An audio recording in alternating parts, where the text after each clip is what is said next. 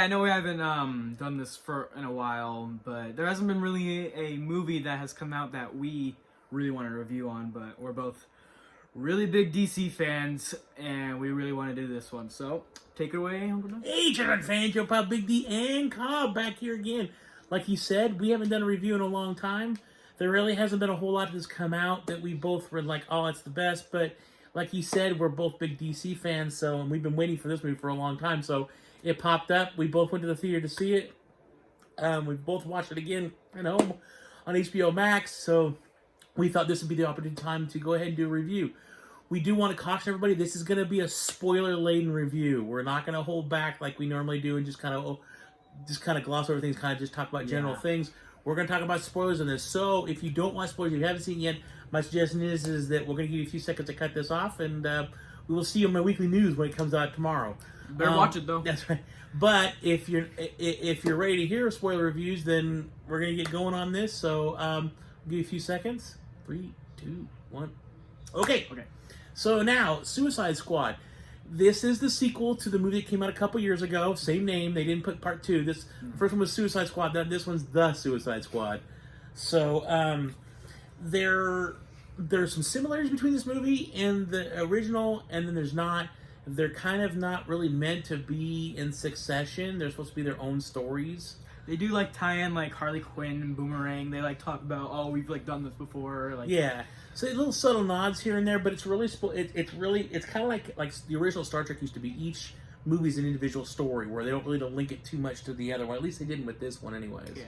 So what we got here? We got a cast of characters this time that are there. We obviously Margot Robbie's back as Harley Quinn. Idris Elba is playing Bloodshot, so no...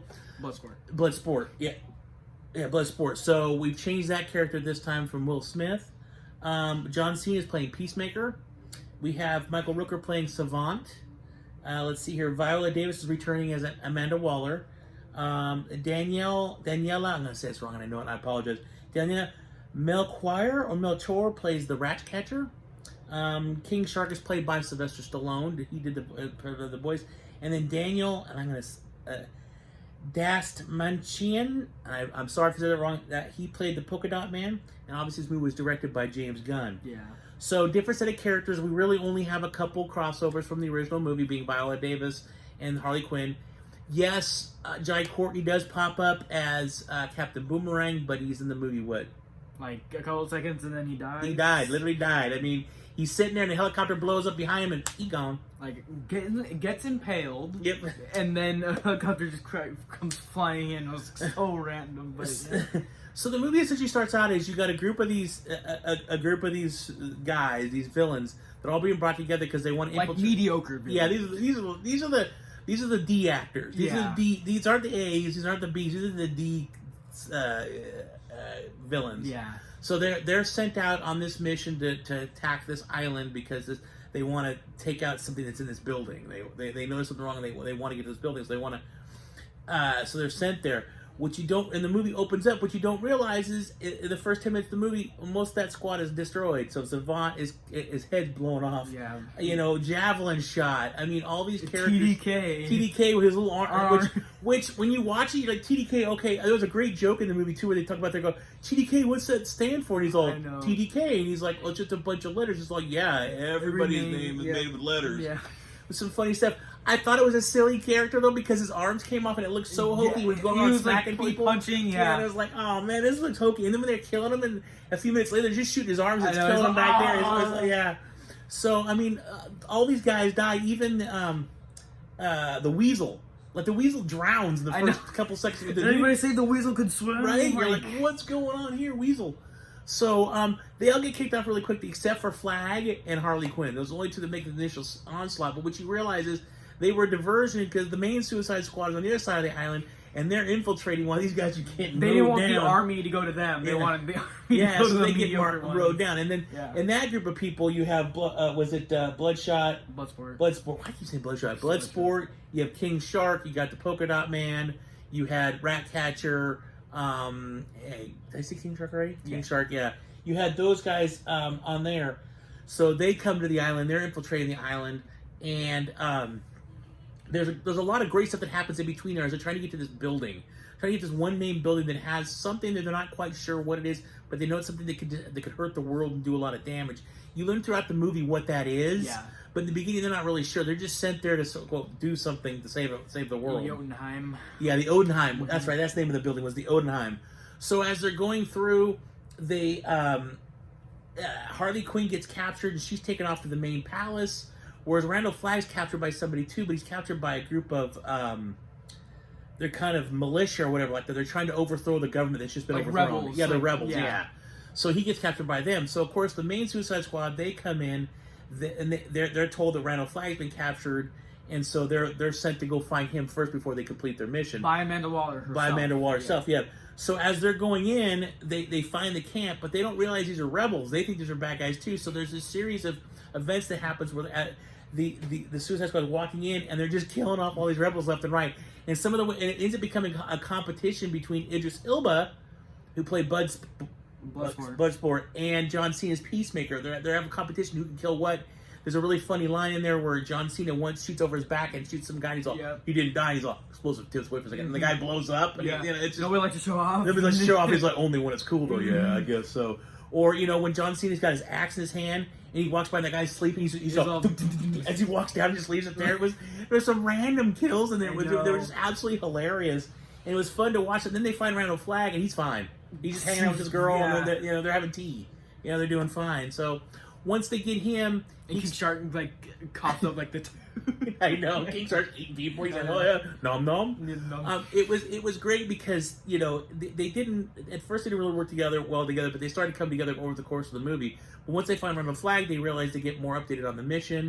They know they have to go to the Odenheim, but then they also learn that Harley Quinn's been captured. So they decide that they want to go after Harley Quinn to save her first. Which Harley Quinn's whole story is she's with the leader of this revolution or whatever. Yeah. And they have a tryst over a day where he shows her all this wonderful stuff, and she starts to almost fall in love with him. And then she realizes that he wants to kill children. Yes. And then she pulls a gun out and blows him away, which I didn't see coming. It scared me. I know. I didn't even see that coming. I thought also so boom. Yeah. You're all right. And then she's got some morals. She's like, when you're killing kids, she's like, red flag. Red flag. Gotta draw the line somewhere. And I thought that was hilarious. Of course, then they take her and they torture her, but which was kind of a line on Joker. Yeah. Oh, very much so. Yeah. They take her back and they torture her for a while, but she manages to escape anyways. Yeah. In typical Harley style, she manages to escape anyways. Javelin. With the javelin, because when the javelin died, he gave his javelin to her and started to say something at her, but he didn't quite say what she's supposed to do with it. So it took until the end of the movie where she finally figured out, I'm supposed to do this. Yep.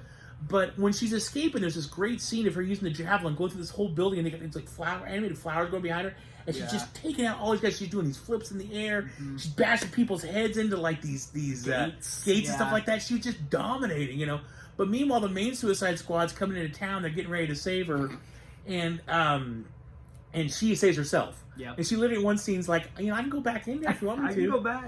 But what I forgot, I skipped ahead a little bit. There's a scene where the Suicide Squad actually goes into town because they need to infiltrate this place, but they need to find the doctor. The Thinker. The Thinker. They need to find the Thinker. The Thinker always goes to this bar every Tuesday. So they go in and they try to infiltrate this bar, and there's a great scene in the bar. Remember, there's a cameo of the girl who plays Mantis from the Guardians of the Galaxy movies. She's one of the dancers on stage when they first go into the bar. Okay. So it's a little, because James Gunn directed it. Obviously, he did the first two Guardians of the Galaxy movies. So that was a little nod to Guardians of the Galaxy there by putting them. It was funny when you were talking about he was the guy who was making fun of Polka Dot Man.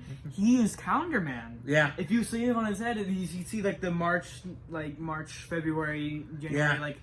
It was really cool. I pointed out in the theater. I just didn't know it was the director. Yeah. So it was really neat to see that. And they're doing some dancing, and they get a little bit inebriated while they're in there, and they're having some fun. There's some great scenes, and there's some really great back and forth between the characters and stuff like that. As they're kind of trying to figure things out. While they just left King Shark in the van. King Shark's just sitting out in this van. All he wants is nom nom.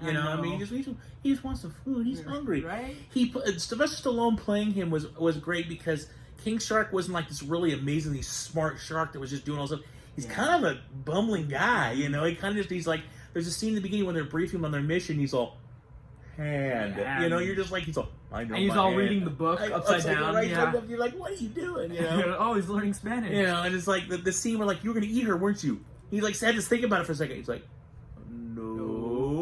like, so they leave on the car. They go through all this. They finally find out what they realize what their main mission is, which is the what's that creature's name? Project Starro. Project Starro. This big, essentially like a starfish that was floating around in space.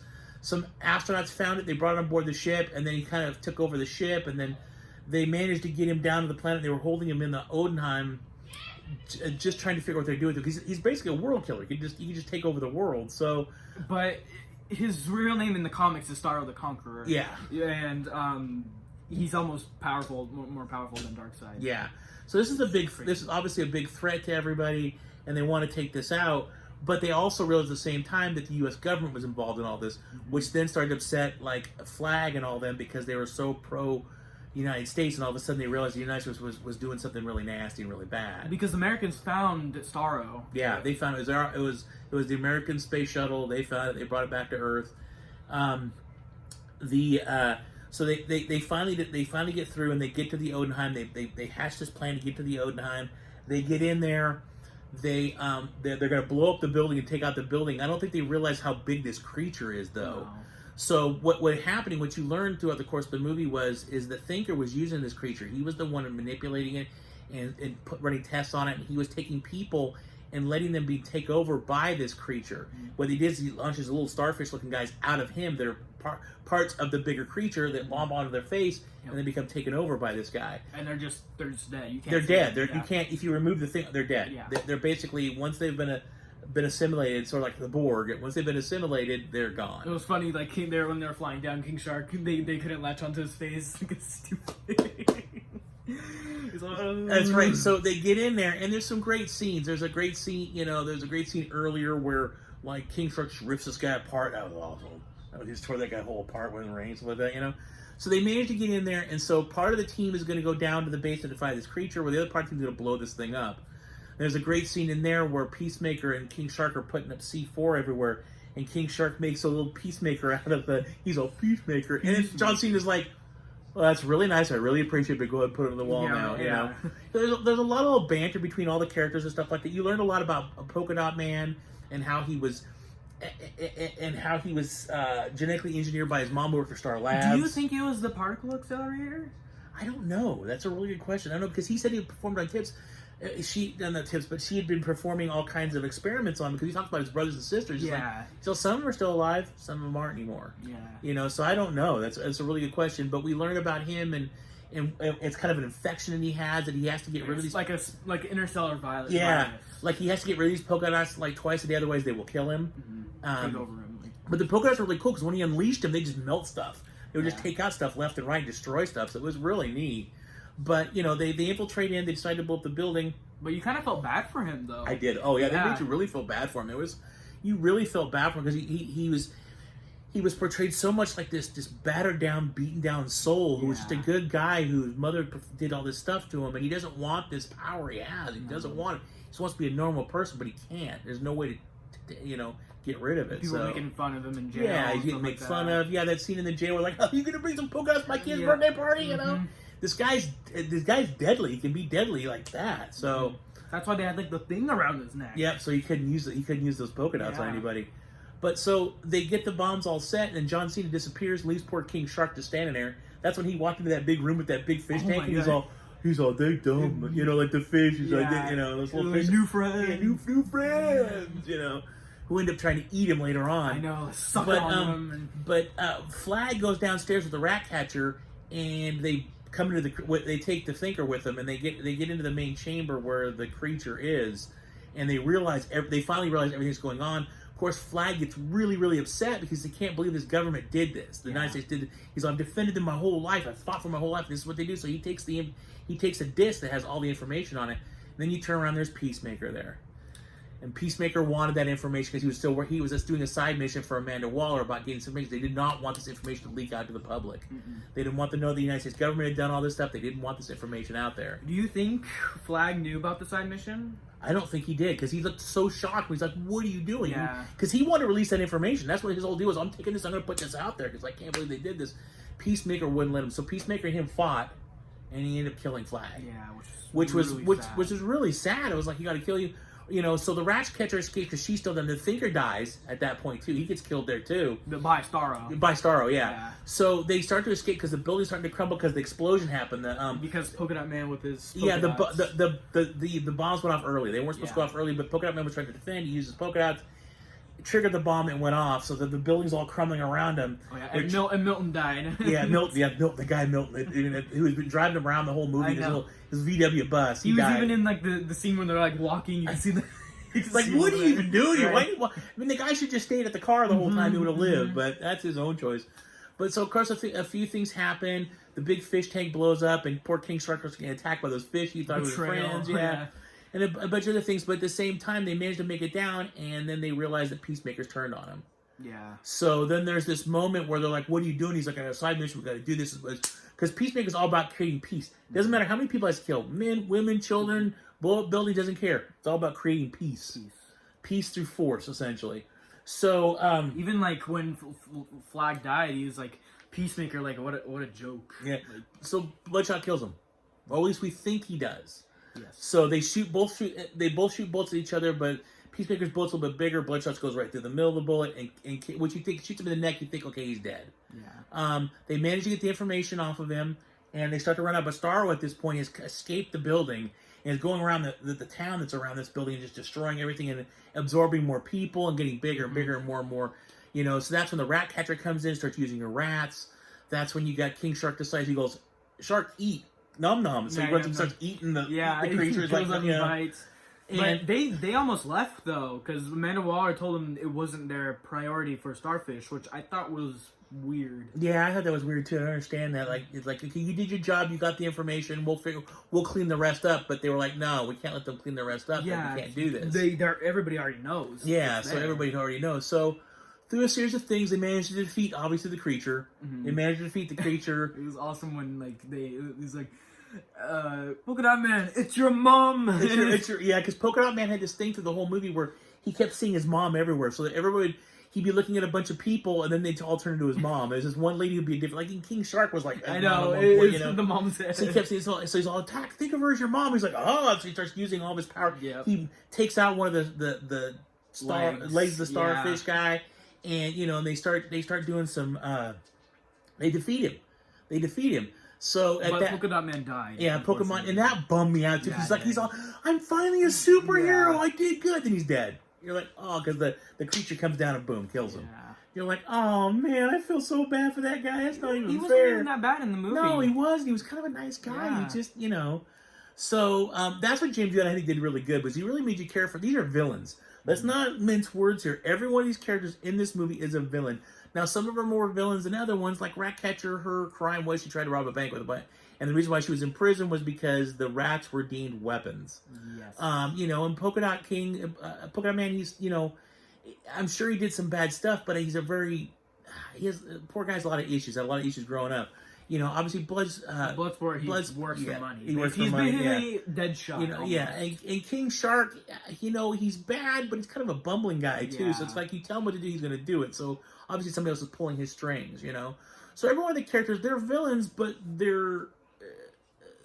they all have a different side to them, which you don't really see. You watch a lot of these superhero movies, and the villains are very one-dimensional a lot. They're just bad guys. They're just doing it for money, power, whatever. This is a different story because you're actually following a group of villains who's going to take out what you would think would be good people, because usually good fights evil, but in this case, it's villains taking out even worse villains. Which originally it was going to be Superman. Yeah, that's the thing. James Gunn had come out and said that originally the main bad guy was going to be Superman. There's a video game series that Jacob plays a lot called Injustice, and in that game, Superman kills somebody. He kills the Joker. He kills the Joker because Joker killed Lois Lane.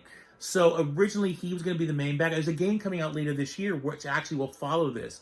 The group of Suicide Squad members you see in the movie will be fighting against Superman. Yes. Brainiac Superman. Yeah, Brainiac Superman. Yeah. So that was going to be the original plot, which I think would have been really interesting. I just don't. I think the reason why they didn't end up going with it was because they don't want to take one of DC's most iconic characters and make him a bad guy. I think they're not ready for that yet. They've oftentimes run with Batman a little bit, like maybe, but then they always pull back on that too. So I think they're just hesitant to make that leap. I think it would have been neat. The animated have done it though. Yeah, and the animated have done it for sure. Yeah, but in the end, you got the rest of what's left of the Suicide Squad, and they're talking to Amanda Waller, and they're supposed to go back to prison because that's the whole deal. They do this mission, they get 10 years off their sentence, but Bloodshot's like, no, we have this Bloodsport. We have this information right here. We have it in our hands here. We're going to release it to the public unless you let us go and you do a few other things. Yeah. We'll keep this secret. Nobody will ever know. So she agrees to it.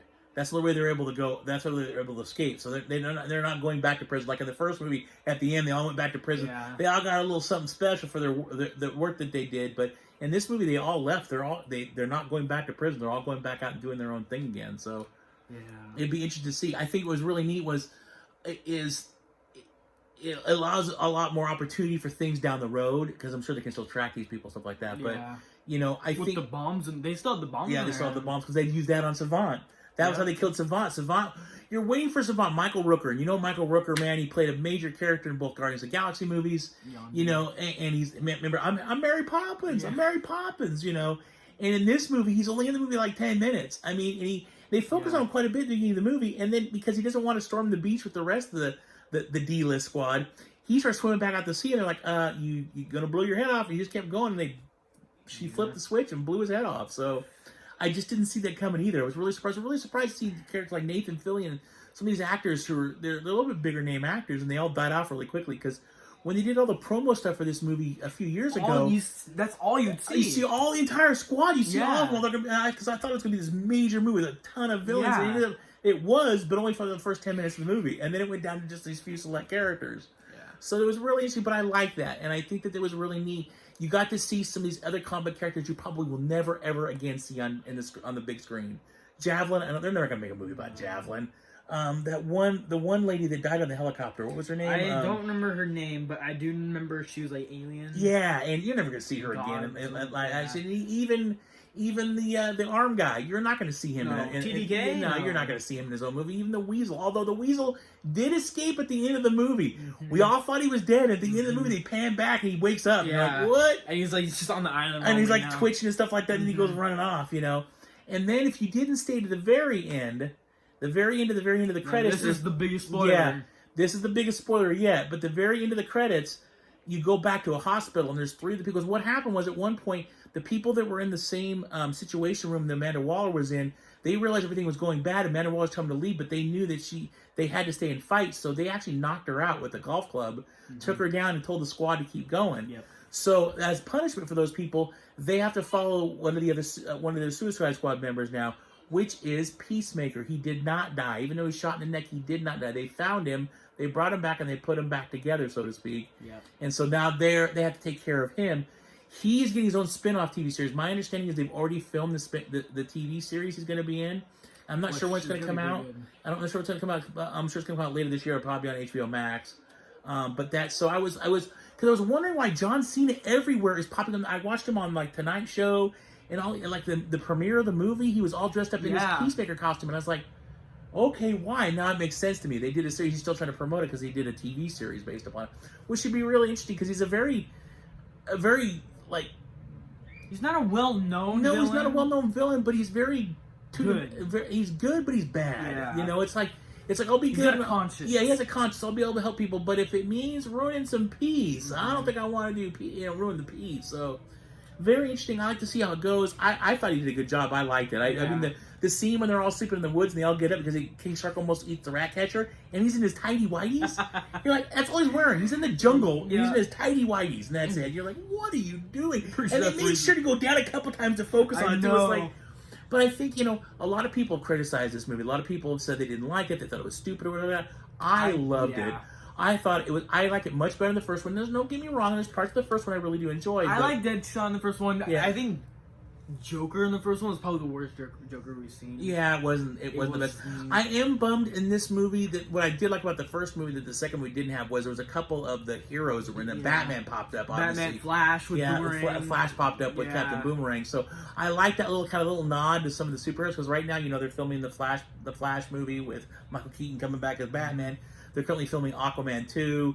There's a few other ones that are in the works right now. So, but it was cool that they talked about Superman, like how Bloodsport put him in the ICU for a kryptonite bullet. Kryptonite bullet, yeah. So I did enjoy that. And there's another Batman movie coming out the beginning of next year with Robert Pattinson. Yeah, Robert Pattinson. So there's a lot more on the front, and I'm pretty sure they're going to do another Wonder Woman movie. I don't see any reason why they wouldn't do another Wonder Woman movie.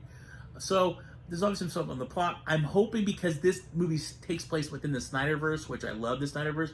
I'm hoping they continue on. My understanding is that they don't want to, but there's been a lot of flack over that. And I mean, just look at this. There's two versions of Justice League out there.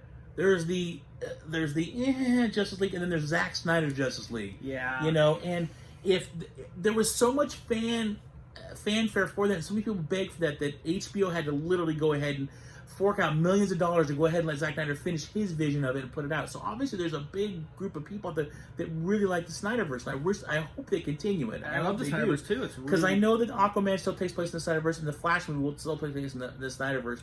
Yeah. But they're saying any future movies won't, which I don't think it's the right thing. I think you finally established a verse, you need to work with it a little bit. Mm-hmm. Like how they're doing with Marvel. Yeah, like they're doing with Marvel. They've been stuck in the same verse for how long now? Some of the movies work better than others, but they work with it, you know. I think that they're trying to pull like Fox does. Fox bails on everything, right? Fox puts a TV show on, first 3 episodes do okay, that's not good enough, they'll pull it. You're like, wait a minute, I just started watching that. So, you know, I feel like they're kind of doing that, but Suicide Squad is a great movie. If you sit down and just take it for what it is, which is a group of villains DC that are trying to DC villains just trying to save the world, and just sit back with some popcorn and drink, you're gonna really love it. It's a really fun, good movie. It's bloody, gory. Yeah, it's bloody, gory, and there's a few you know, nude shots. Mm-hmm. There's a couple times, you know, but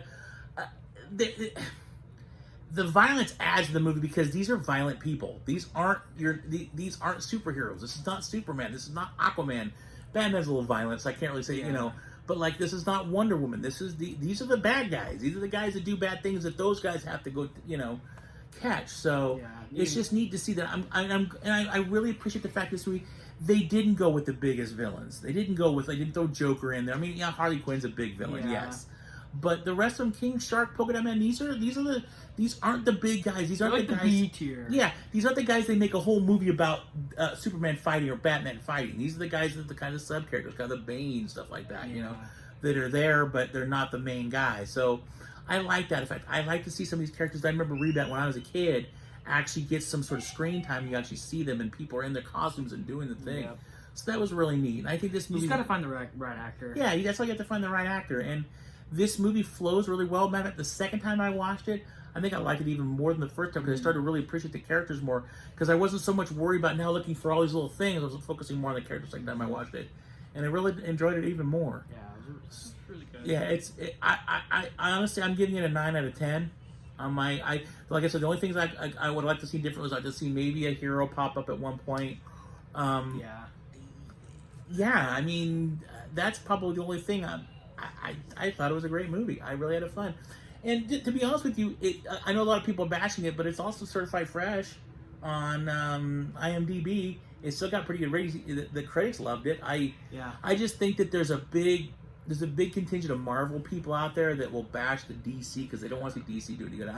I could be wrong. It's just the way I feel because like whenever a Marvel movie comes out, it's like everybody just praises it like it's the next, you know, coming of Christ or something like that, you know. And it's like, okay, it was a good movie, but it wasn't that good. Yeah. And then a DC movie comes out and it's like this just heavy train of just like, oh, it sucks. Oh, it's such a terrible, worst movie I've ever seen. Yeah. It's like, okay, why? Now I know it didn't do as well in theaters as we were hoping for, but it was on HBO Max the same time it was in theaters. So a lot of people I have HBO Max. A lot of people have HBO Max, so they just watched it at home, which I understand, you know. Like Black Widow was the same way. It went up on Disney Plus the same time it went out to theaters, although you had to pay for it in Disney Plus. But I mean, it you know, Black Widow didn't do as well in theaters as it would have either because it's available on both things. And Black Widow should have been a different timeline. Yeah, it should have been a different. Yeah, it should have been a few years ago. Yeah. But you know, I think it's a great movie. I hope it does well enough that they consider doing a third one.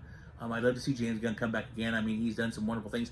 I think he's working on Guardians 3 right now, and I think that's the last one they're going to be doing for Guardians. Because that one's with Thor. Right? Yeah, because Thor's in that one. Yeah, Thor's going to be in that one. So I think this is the last Guardians movie. They have a tendency to do 3 in the Marvel Universe. They do 3 movies, and the characters Iron Man. Yeah, the characters will pop up in other movies, like the Thor movies. You know, they did Ragnarok, they did that, and then the next Thor movie coming out is not even Thor. It's now his girlfriend's now become Thor. So Yeah, they changed what's it. her name? Yeah, Yeah, I don't remember. yeah, I know. It's Queen Amidala. Yeah. Um, Padme, yeah. yeah. So, they usually stick with 3 movies. Jane, that's it. Yeah, they stick with 3 movies, and then the character will still pop up in other incarnations, but they won't specifically have more movies for that character anymore. Even Captain America had his 3 movies, and that was pretty much it. So that Guardians is going to be the same way. They're going to. I've already heard they want to take some of the characters and put them and move them to other movies and stuff like that. So, and that's fine. I much would prefer to see, something doesn't go on too long, because then it kind of loses something. So yeah, that's what I'm thinking that's gonna happen with Marvel. They're just gonna put so much stuff out. People are gonna get like tired of it. Get over it, yeah. So I hope they continue. Suicide Squad is an excellent movie. It's a lot of fun. It's definitely worth your money to go see it. I saw it in theaters first.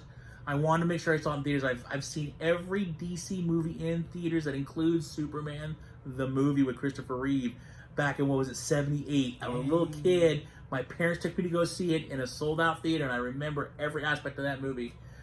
Seeing that theater at 41st Avenue Playhouse, over by where I used to live. I remember everything about it. So I've seen every one of the big movies. Did you see the Batman one from the 80s Batman movie? Mm-hmm. I saw all 4 of those at the theaters. Yep. Batman '89 with the Bat-Tusi, and that was Batdance with Prince. Yeah. So, but I saw all those, all the Christopher Nolan Batman movies, all the Superman movies, Superman's 1 through 4, and then of course the other Superman movies that came out, Man of Steel, stuff like that. I've seen them all in theaters, and I was really worried I might not see Suicide Squad, but we managed to work it out. I really want to see the big screen because really, I think you lose something when it goes to the small screen in a movie like that, because it's very big and epic. A lot of explosions, a lot of just action going on, a lot of things feel going it on in the movie theater. Yep. And it was a lot of fun being with people in the theater, hooting and hollering when certain things happen.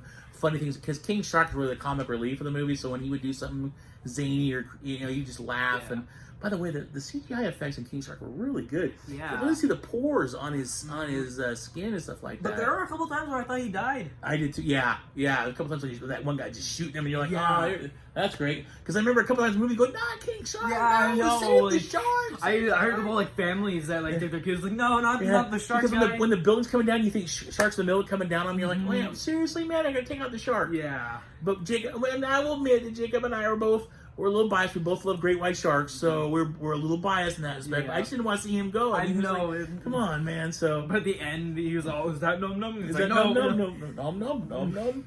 So really good movie. You definitely will have fun with it. It is rated R. There is quite a bit of violence. There is a little bit of nudity in there. But I'm glad to see not Marvel, but DC going that way. I think the first Suicide Squad movie was PG-13. And I think that was a big, because they put out a director's cut of Suicide Squad, which I felt was a lot better than the original version. They added a few scenes to it here and there, and I thought it was a little bit better, a little bit more violent. Gave it more of an R rating to it. Yeah. But the original was PG-13. But they haven't done any R-rated movies really yet. Even the Batman movies were all PG-13. So this is kind of their first really big foray into R-rated, kind of like Deadpool. Yep. 1 and 2 both being R-rated. So it was a different take. And that's why it felt so different, because it was rated R. They weren't holding back. Like over the top. Yeah, I mean most of, and I've loved every DC movie that's out there, but you can always feel like they're holding back a little bit because they're trying to get that rating, that PG-13 rating, because they want all the kids to go in there. Whereas this time, and I gotta thank Deadpool for this. Deadpool really opened the door for R-rated superhero movies. You know, because they weren't existent around until Deadpool came. Logan. Yeah, Deadpool and Logan. Logan was that's right. Logan was the first. Yeah. I mean, and I got to give credit to Marvel for that, because that was amazing. But of course, that was also Fox before they bought Disney out. Yeah. But it was amazing to see an R-rated superhero movie that was based on characters you read as a kid. Mm-hmm. So I really enjoyed that. And I hope they continue this trend. I think that they need to make it a little bit more. You know, they don't necessarily, comic books and comic book characters aren't just for kids anymore.